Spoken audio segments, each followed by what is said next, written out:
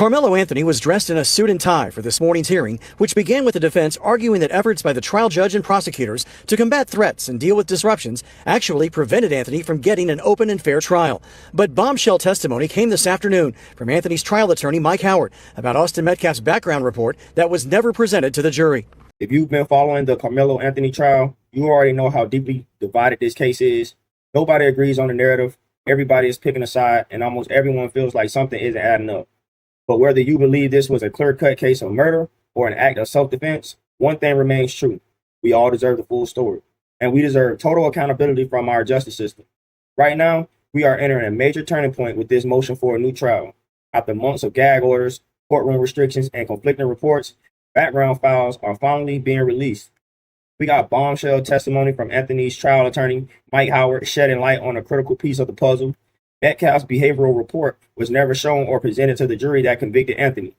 Whether you think this new evidence changes everything or changes nothing, the fact that a jury made a life-altering decision without all the facts on the table should concern every single one of us.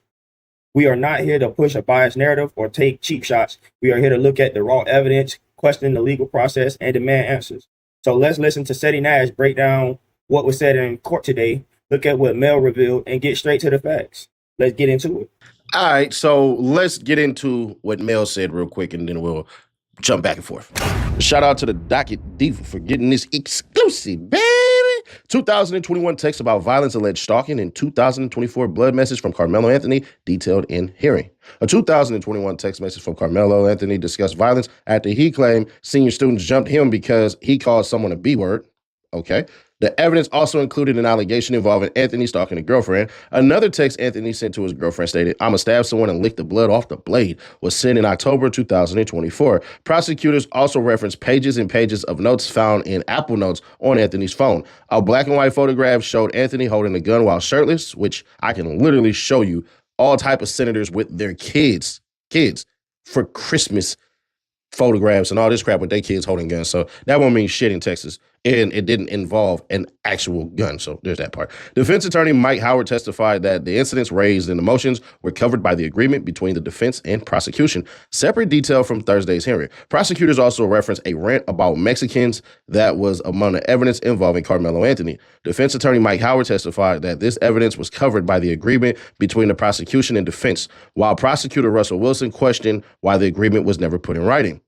Prosecutors are emphasizing the timing between Anthony's ex-girlfriend, Valeria, reporting him to school officials and the stabbing of Austin Metcalf. According to Wersky, Valeria, a school official that morning, that she had broken up with Anthony, and that he was allegedly stalking her about an hour later. Prosecutors say Anthony stabbed Austin at the track meet.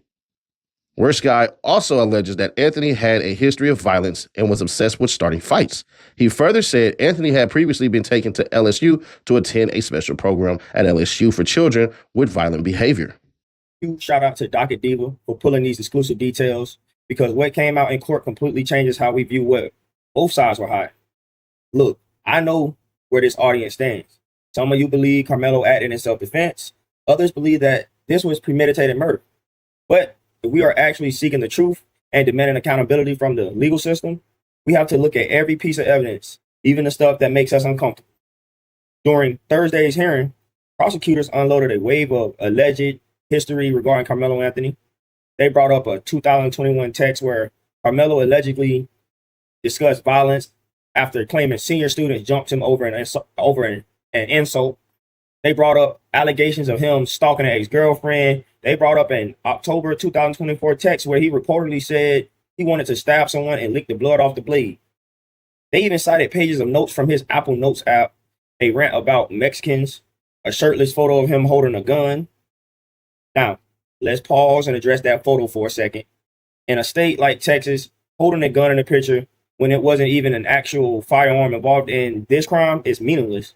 So displaying a picture like that in court is pure optics. But here's where the accountability question comes in. Karmelo's former defense attorney, Mike Howard, took the stand and testified that all of these prior incidents were supposed to be covered by an agreement between the defense and the prosecution. Now, I want y'all to stop and think about that. The defense claims both sides agreed to exclude character assassination and prior bad acts, keeping the trial focused strictly on what happened under the track meet that day. Yet, prosecutor Russell Wilson pushed back, questioning why that agreement was never put in writing on the official court docket. So I'm asking y'all, who dropped the ball here? Did the defense rely on an unwritten handshake deal that left their client exposed, or did the prosecution play games with the timing to keep Karmelo off the stand? Karmelo Anthony new trial here at Austin. Metcalf suspended after allegedly discussing bringing a gun to school, accused of bullying black student. The report contains allegations and disciplinary incidents involving Metcalf and his brother, Hunter, dating back to their childhood and continuing through high school as kids and then growing up to be teenagers. The report contains several documented instances involving Austin and racial slurs at school. In 2023, Austin was accused of bullying a black student in class. In 2018, while in elementary school, Austin and his brother were accused of bullying and assaulting a female student. The incident resulted in Austin's arrest. During a 2024 argument with another female student, Austin allegedly knocked her to the ground and punched her in the stomach. That's pretty damning right there because you're pushing people, so you know what to do. The report also details an incident at a football game in which Austin was kicked out. He later texted someone that he was about to beat the shit out of those kids. Or he might have said beat the F out of them. School disciplinary records from April 2022 through May 2024, he got a lengthy history real quick, reportedly document multiple instances in which Austin called a teacher the B word or used profanity. During the 2023 through 2024 school year, he received 2 in-school suspensions. Jesus. According to the records, Austin told a school official that he couldn't control it and wasn't aware that it was coming out of his mouth. I mean, calling your teacher B-word, bro, I'm sorry. I can't really, you know what I'm saying? But it does show that he's been suspended and all this crap, but I'm not going to put too much weight on that. I'm just not. In 2024, Austin reportedly met with a counselor on at least 5 occasions regarding anger and rage connected to a football game. 5 times? He must be a Booker T fan. The report also states that in 2021, Austin was banned from attending basketball games for an entire season after allegedly yelling profanity at a player. Well, if it doesn't say what the hell it was, I'm being fair here. I'm not going to put too much on that, man. Just not. He was also suspended after he and another student reportedly discussed bringing a gun to school the following day. Now, that's insane right there. Austin Metcalf and his brother Hunter were previously caught spray painting graffiti that included KKK, kill all blacks, Khalila, in the N-word. They were sentenced to 12 months of juvenile probation. Records reportedly showed the brothers told authorities, we did some dumb stuff, and we did some vandalism. Right. I'm not going to let that one fly right there. At a previous track meet, another student reportedly alerted Austin that someone who was not on their team was behind our bench and talking wild. Austin reportedly responded, kill that mother effer. The background report is being discussed as the defense argues its motion for a new trial. The defense is seeking to have additional information concerning Metcalf's background considered in connection with Anthony's case. Now that the motion for a new trial is underway, the secret pact between the prosecution and defense has been completely shattered. Whether you've been standing on Karmelo's side or Austin's side, if you are truly seeking the truth, you have to agree that this being hidden from that jury is disturbing, and it raises major questions about accountability in that courtroom. Let's discuss what the defense put on the record regarding Austin Metcalf's behavioral history.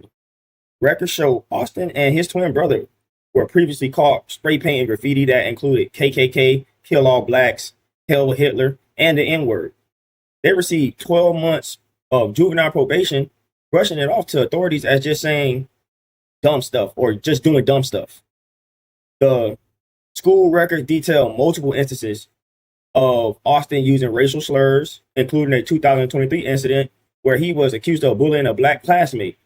At a prior track meet, when another student pointed out someone from an opposing team talking behind their bench, Austin reportedly replied, kill that MFer. Reports detail a 2018 elementary school arrest for bullying and assaulting a female student. In 2024, he allegedly knocked a female student to the ground and punched her in the stomach. After being kicked out of a football game, he texted someone that he was about to beat the S out of those kids. Documents show Austin was suspended after discussing bringing a gun to school with another student. He also accumulated multiple in-school suspensions for cursing out teachers, telling school officials he couldn't control it, and saw a counselor 5 separate times in 2024, specifically for anger and rage. Look, we have to keep it completely real here. Calling a teacher a profane word, getting kicked out of a game, or getting suspended for cursing doesn't automatically make someone a monster. Kids do dumb things, and we can't put total weight on every minor disciplinary write-up. However, with that being said, when you look at the entire pattern, the documented physical violence against girls, the KKK racial vandalism, the history of rage issues, the talk of bringing a gun to school and telling people to kill someone at a previous track meet, it paints a specific picture of temperament. And here's the bottom line for anyone demanding accountability. The jury that sentenced Karmelo Anthony to 35 years never heard a single word of any of this. The prosecution and original defense made an unwritten side deal to keep all background information out of the courtroom so they could try the case clean. But by suppressing both Austin's history of violence and Karmelo's history, did the court hide the crucial context needed to evaluate a self-defense claim? But I digress. Let's continue. More from Mike Howard, who is Karmelo Anthony's trial attorney, testifying for the defense in the motion for a new trial hearing. He is discussing a private agreement between both sides in the case to leave the background of the two parties out of the evidence presented to the jury. At what point did the state approach you? Who got approached? On the final day of the trial. Well, on the final day of trial. I believe this is Monday of the second week. Mr. Shook approached me, I believe during a break. He said Worst Guy had approached him and said the deal didn't cover the questioning the defendant in that I had opened the door and opened a statement. This was after we made it clear Anthony would testify. As trial was going on, Worst Guy was letting us know how close they were to closing as a professional courtesy, beginning of discussion. When we said unequivocally that Karmelo would testify, Judge Roach was asking, how many witnesses do you think you'll have? Roach asked for estimate of witnesses, and I told him and indicated Karmelo would testify. Roach, what's the likelihood of that? Howard, like 99%. It was shortly after that Shook approached him and relayed what Worst Guy had said. Worst Guy told them the deal had never included questioning the defendant. Howard, I was absolutely shocked that would be their stance. Worst Guy Mitchell told Howard and Shook, we never thought you would call Mr. Anthony. Mr. Mitchell said, we honestly never thought you'd call him. You got to believe us. Went in the chambers with Roach, got very heated, yelling. There was yelling. It got extremely heated.